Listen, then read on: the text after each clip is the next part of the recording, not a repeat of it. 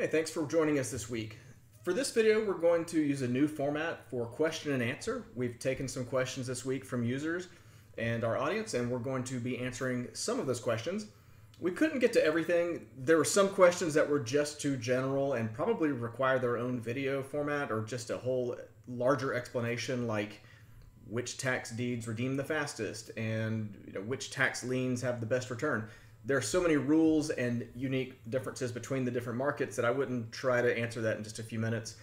So some of those might become larger videos, but we tried to pick a few that we could answer in one session. And these are really, a lot of these are questions that we get asked pretty frequently. And so if it's a question that we get like on a weekly basis or maybe a question that most of our new users ask us, I'm going to try and cover it here. And I've added some chapter markers in the video, so if you want to skip between questions, maybe some of these don't apply to the markets you're interested in, feel free to jump ahead. And on that note, let's get started. So for our first question, how do I find the total taxes owed on Alabama tax deeds? It's a great question, and it's really confusing. And so let's try to cut to the answer here. Basically, the amount bid at tax sale is a field that is published, and this is the Alabama Department of Revenue. You'll notice where we have a snapshot from their website. We're looking at Butler County, for example, and this column highlighted in red represents the amount bid at the tax sale.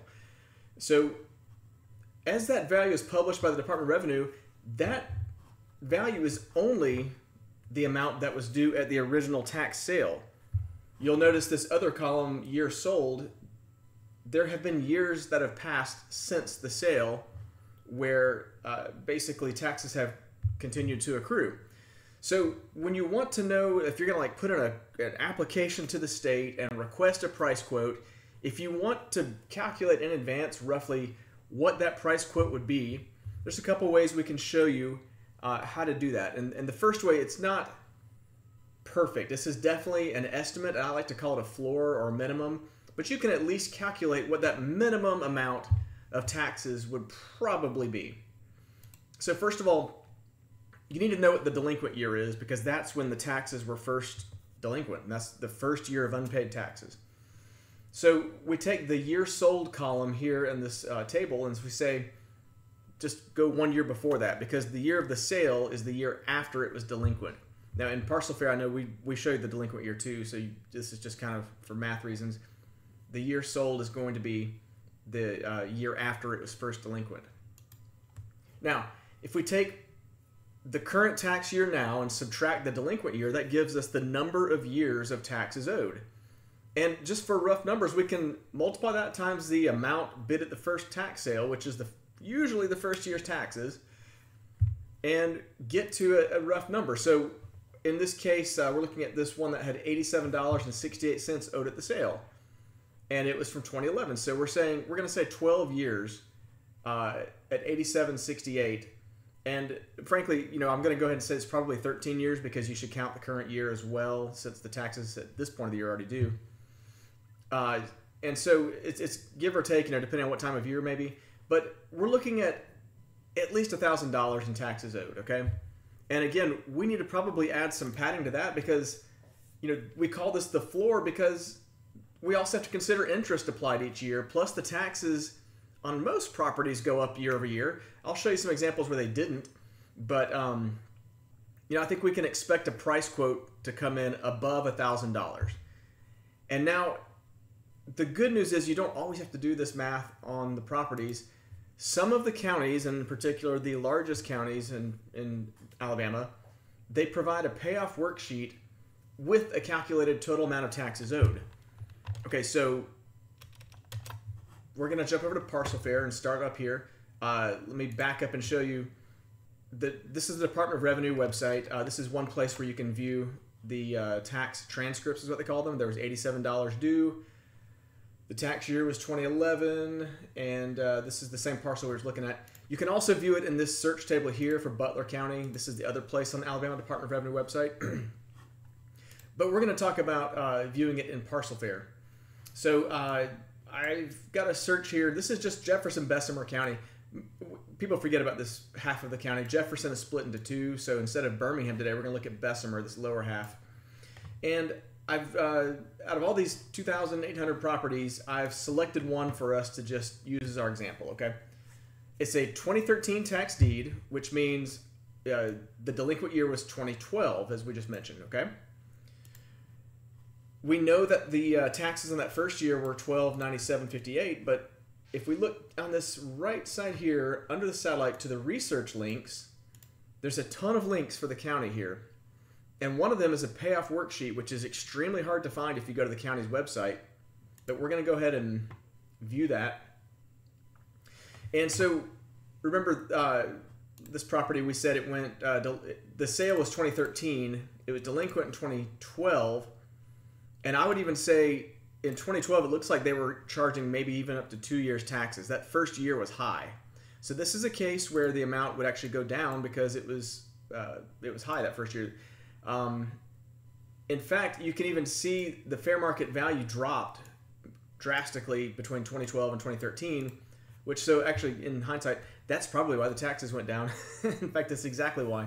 So this worksheet will show us year over year, 2013, 2014, 15. We can see the tax value. It goes up a little bit, then goes down again. And then in 2023, it's actually up again. It's all based on that fair market value calculation in this column. So what that means to us, we can keep looking to the right and see there was interest applied to those years. There was the principal kept adding up.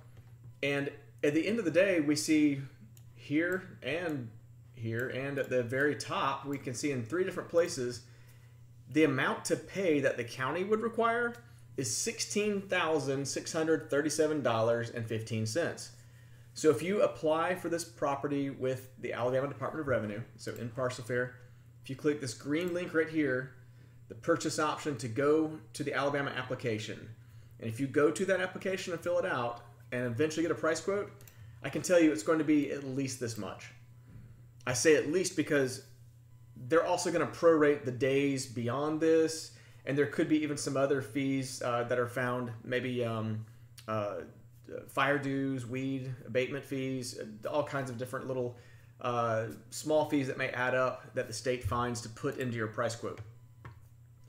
So this property, to get the tax deed, we know that it's going to be over-the-counter price of over $16,000. So remember, this payoff worksheet and the counties that provide it is fantastic. It takes you straight to that screen, and it shows you the breakdown with interest of what would be owed to buy this tax deed from the state. And that is really the low end of the price you can expect. Our calculation here, again, this was just a ballpark. It's going to be a little bit low on these properties, so always remember that's your floor calculation. But if there's a payoff worksheet with the state, or the county rather, you should use that as a great estimate for what you're going to be looking at. All right, for our next question, this one is extremely common. We get this question really from new users quite a bit and in different variations. But in general, people want to know, what are the different types of Indiana tax auctions? There's a lot of terminology slung around, thrown around, and I'm going to tell you some different names for these auctions, but I've heard even other ones beyond these names that people call these. So let's see if we can get some clarity on that. So I like to think of them as the season they're in. That's just my personal preference, as I like to think of the fall auctions, and I like to think of the spring auctions as two separate things. Now, those fall auctions are going to be known as standard auction or even treasurer sales. This is because this is the first auction where a tax lien has become, or property's become delinquent, and the tax lien, they're going to debut in this auction. So it's really, every county's going to pretty much have a standard auction or treasurer auction or fall auction. All of them mean the same thing. The reason they call it treasurer sales is just because the treasurer is the department or division that is trying to collect the money. They're the first in line to try to auction off these tax liens. The spring auctions, they're also known as commissioner sales. That's because these tax liens have now left the treasurer's office and are in the commissioner's office to be sold or distributed however they see fit. Not every county has a commissioner sale either, so that's worth noting. They're really just there for the leftovers. So, like I said, those fall auctions, this is where the treasurer is selling newly delinquent property liens plus some old ones, but those new ones are going to debut at this auction. The spring auction is where you get the repeats, where you get leftover tax liens that were not sold in fall auctions, and these lists can snowball over the years. They get bigger and bigger as the leftovers accumulate. So depending on the county, the spring auction might be very large. In both cases, some are online, some are in person. It looks like, if I am going off memory here, I believe most are in person that I've seen. The good news is the auctions are at least posted online, even though you can't always bid online. The fall auction, you're buying tax liens with 1-year redemption. The spring auction, you're buying tax liens with 120-day redemption. So since they are sort of second chance or third chance, whatever liens, they've shortened the redemption period to make them more appealing. The penalty rate, interest rate, is 10% on fall, and it actually goes 15% if the redemption is beyond 6 months after the sale for your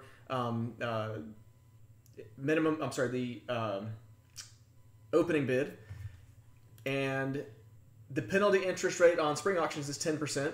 And it's worth noting on those spring auctions that the minimum bids are often reduced in the commissioner sales. Remember, they've already cleared auction once. They're trying to make these more appealing. They might lower, or they definitely lower the redemption. They might lower the minimum bid as well.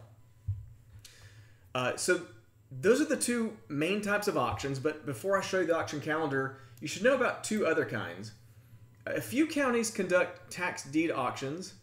They're not very common from what we've seen, but this is a newer ability that the counties have if they choose to conduct a tax deed auction.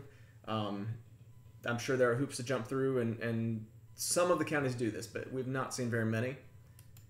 And then you're also going to see foreclosure auctions in the same sentence with a lot of these. They're hosted on the same auction sites. There's a lot of places where you'll see these put together. They're going to be... they really happen any time of the year, but they're really just foreclosure auctions you can consider.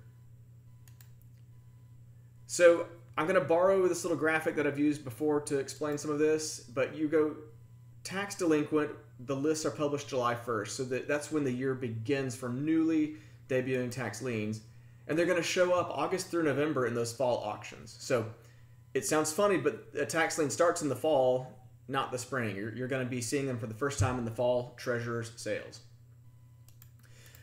You're going to see the leftovers and the unsold ones again in the spring tax auctions, which are also called commissioner sales. We've seen those pretty much January through June. Most of them are February through June, but we'll say January. I saw at least one this year. And those leftovers are just going to roll and keep rolling to the next auction. And on that note, let's go back to Parcel Fair and let's take a look at the auction calendar. We recently revamped some of this to make sure you could look at multiple years.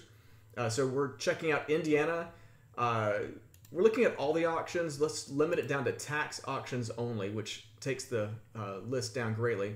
I'm in this rolling calendar mode, which is going to take kind of the current auctions, and I'm going to drop it back to 2023 so we can see everything this year. Now you can see there was that January auction by itself. February had 6, and then 19, 6, 1. There was a kind of a scattering of auctions all the way through June. July was dormant. And then in August we come back and we have tax sales again, running all the way into, we saw some through the end of October. One of the things we did change recently about the auction calendar is you can now go back and look at the historical properties. What I mean historical is from a completed auction. You can see what was in the auction from this screen by clicking view properties and only properties from this auction. That will take you to what was advertised, even though the sale is passed.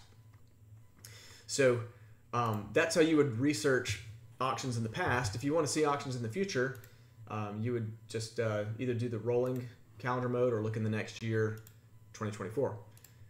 So Indiana, this time of year, it's a little bit dormant, so we don't have much to show you coming up, but that's a great look back to understand from this previous year which auctions sort of land where. On to our next question. So what's the deal with land banks? And I just kind of spilled this all out on screen because it's sort of a conversational piece here. But a lot of people have noted that land banks are quirky, that they sort of do what they want, and that they are unpredictable, and I would admit yes on all points. Every land bank does have their own set of rules. Some have a flat price and some accept bids. If they accept bids, they usually have a suggested or required minimum bid. And if they do, then each application process you get into is going to be unique. And their formats are going to be different. They're going to expect different things. But I would point out there is some commonality if you consider a land bank's motivation, okay?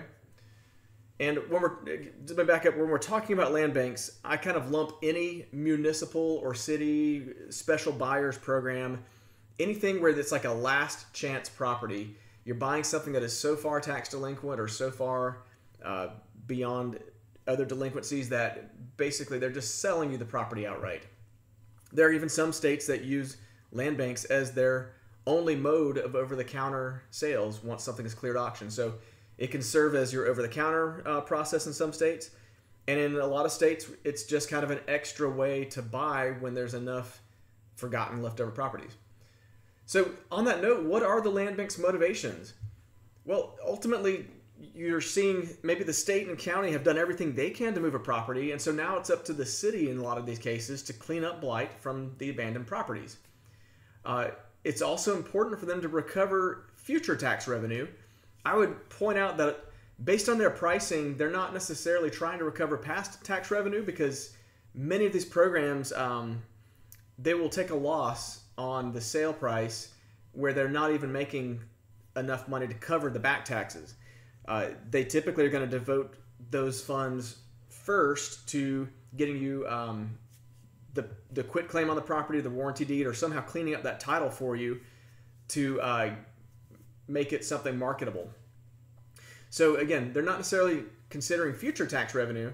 It's really, they are considering future tax revenue. They want to get a taxpayer in there. The past is the past. They've kind of written it off. They really want to get someone in there to clean it up and pay taxes. And I would recommend your property application should directly address those objectives. So if the program's objectives are to clean up and recover tax revenue, then you want to convince them that you're someone who has plans for the property with money to invest and money to pay the future taxes. You're basically a good bet for the city to invest their time and money in as well, because they're taking a little bit of a risk on you too. And so let's talk about some of those quirks here in the last column. They do have full discretion to approve and deny property applications, and don't expect a reason why. You will sometimes just hear the property is not available or they've been denied. It's not necessarily a knock on you. It might be that they have already sold the property.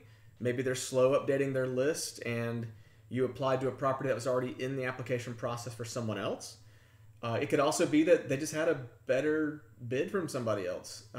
But I would point out that many of these programs are very small. They probably don't have dedicated staff, and if they do, it's as few people as possible. And another pattern I've noticed is a lot of these land banks, the real deciding committees only meet maybe once a month. So you might send in an application, and if your bid is within a certain range, maybe the person running the program has discretion to approve you. But if your bid is lower than what they expect or lower than their minimum, you might have to wait until that committee meets to decide if the property is yours or not. So just remember that it's not like there's someone manning the phones 24 hours a day or even just during office hours. It may be someone's part-time job to receive your applications. And then the most frustrating piece is the last thing here. They open and close unexpectedly. I would say I've tried to predict the seasonality here, but it's just not guaranteed. I've noticed that after some states, after a tax sale, the land bank will shut down while they're maybe getting some of the leftovers if they're ready to go to the land bank.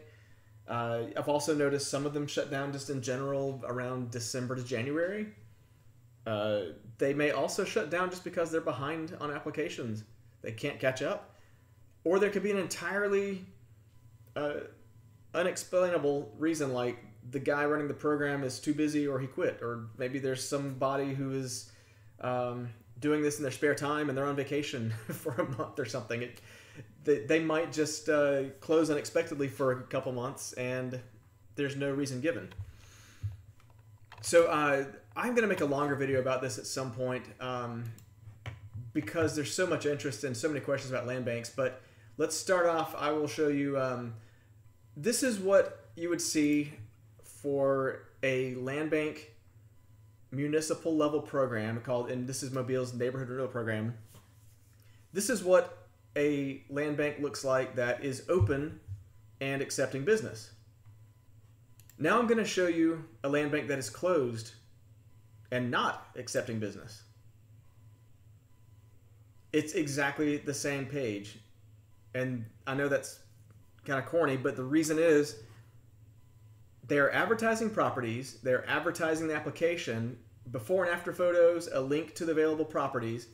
But if you call this number, we found out they're currently closed. They said a couple months, which that could be end of year, it could be longer, I guess. But ultimately, somebody decided this program is closed and decided not to update the website. So in Parcel Fair, if you run across one of these properties, we have a big red text that shows you this program is not available right now. It's closed indefinitely. So it's kind of frustrating when you deal with some of these. I think the Gadsden Land Bank is another one that's been, I would show you their website, but it's just gone. The city tells us that the program is coming back, but we don't have a time frame and we don't know when. So some of these land banks will go on hold. Let's jump over to Baltimore City. They have a land bank called Buy Into Baltimore, and you can see on Parcel Fair there are quite a few properties here on the map that are available in that program. And if we click one like this, you'll see the owner is the mayor and city council, and basically you're going to click on this buy purchase link and go through the steps to use their program. And they have a great website. Oops, I clicked the open bid. I meant to click this. Here's the application to it. So this takes you to the property and lets you place your bid and your application of interest here. So they have a great program, and it is open right now. The form is open, and that's just an example of one thing. Again, we call this a land bank, even though it's a city purchasing program. I would lump it in there. Just cutting over here, here's the Birmingham Land Bank in Alabama. Over 7,100 properties, and we can click on one of these. We'll just, you will see there are two options to buy. You can still buy through the Department of Revenue, which means it is tax delinquent still, but you could also go through the city instead of the state and use their application process. And this is what their website looks like. So this is the properties details page, and you can create a login and apply for the property in the top right corner. This is another land bank that is, it's common for them to close for the winter or randomly close for 6 weeks throughout the year. Again, it's probably because they're backed up on applications or for whatever reason can't run the program for periods of time. Let's see, and one more land bank while we're looking at it. Here's Memphis, Tennessee, Shelby Land Bank. From what I understand, their program is a little bit high priced. Let's go take a look. This was left over from the Shelby County tax sale. And here's the land bank. And we'll continue to their application by clicking that link. And so you can see we are now a huge disclaimer. And this is where you would go create a login and buy their, or apply for the property here. This one, the minimum bid's only $1,500, so that doesn't sound, depending on the property, of course, doesn't sound too out of line. Well, it's only worth $3,300, so I guess that's about half the value. So, not the best deal.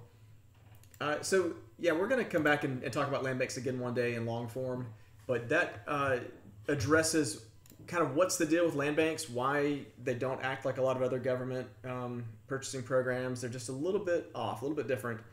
And you know what, try to be empathetic here. They're doing their best to do the right thing. They do want to clean up and get future taxpayers in place, help the neighborhood out. Just remember that they are often short-staffed, limited resources, and may not be able to handle the volume. So, yeah, have some empathy when you deal with them, and just assume that they have the best intent for the property, and I think you'll be able to build relationships there and buy properties successfully. Okay, for our last question that I'm going to answer, this is the most frequently asked question. Even though it's not necessarily about tax investing, it's about Parcel Fair. So people always want to know which states will be added next.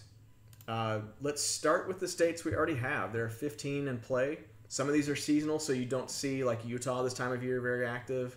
Oklahoma's kind of dormant this time of year. But a lot of these have year-round offerings and can be shopped in right now on Parcel Fair. So out of those 15, sometimes the state you're looking for may already be on the website, so be sure to check. Now, I can't tell you in concrete terms and commit to what the next states will be because we just don't know yet.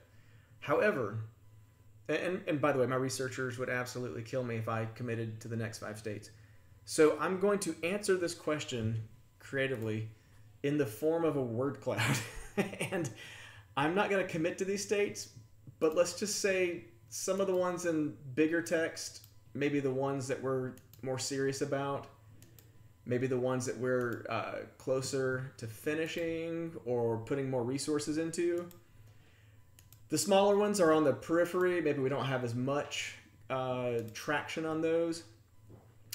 So yeah, I'll let you draw your own conclusions about what's coming up. But those are some ideas that we're kicking around. Some of them more seriously than others.